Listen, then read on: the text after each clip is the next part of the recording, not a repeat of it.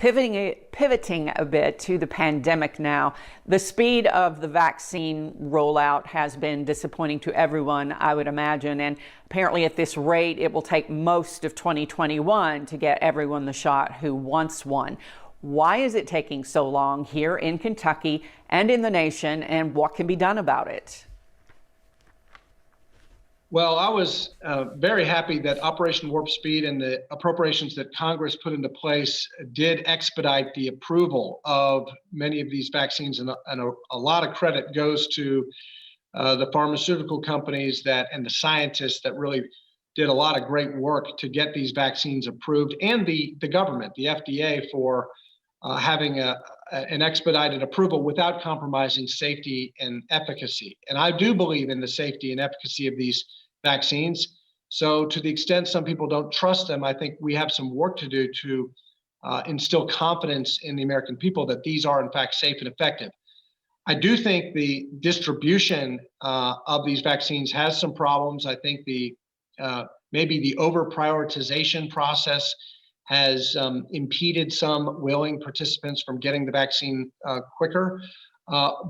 The states, by and large, are in charge of the distribution. The federal government has provided each of the states with flexibility to make those priorities within the states. But I would just say, from a standpoint of the national leadership, we need to encourage our fellow countrymen to get vaccinated. I received both of my vaccines. I had very mild side effects and symptoms, a little bit of chills after the second administration of the vaccine. But we need most Americans, in order for us to get that herd immunity, we need most Americans to go ahead and trust the scientists and the government for approving these vaccines. I certainly did. I have confidence in it. Hopefully I'm leading by example by getting the vaccine. And I would encourage those eligible citizens to go ahead and get vaccinated so that we can overcome this pandemic. That's really going to be key to reopening our economy and going back to life as normal. The states had 9-10 months to plan for a possible vaccine rollout.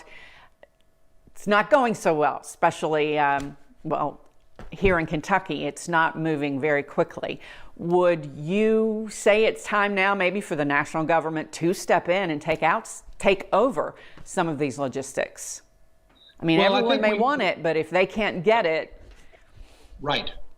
I think we need to be agile and flexible. And what I would encourage the states to do, and if the federal government decides to step in, I think what we need to do is that, to the extent a healthcare worker on the front lines refuses to get vaccinated or elects to not get vaccinated, and I don't believe in mandatory vaccinations, but if they choose to not to, we need to move to the next vulnerable population. We need to make that vaccine that was declined available quickly to the next person so that we can move more of the population into that population that's been vaccinated.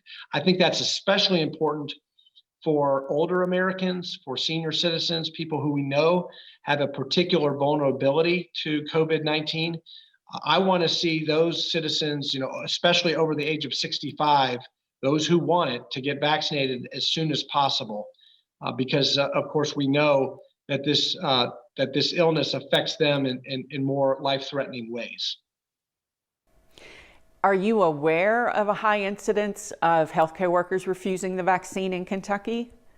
Anecdotally, I have heard that. I don't have any statistics, but I have heard from my constituents that there are some healthcare workers who, for whatever reason, are not taking the vaccine. That's troubling.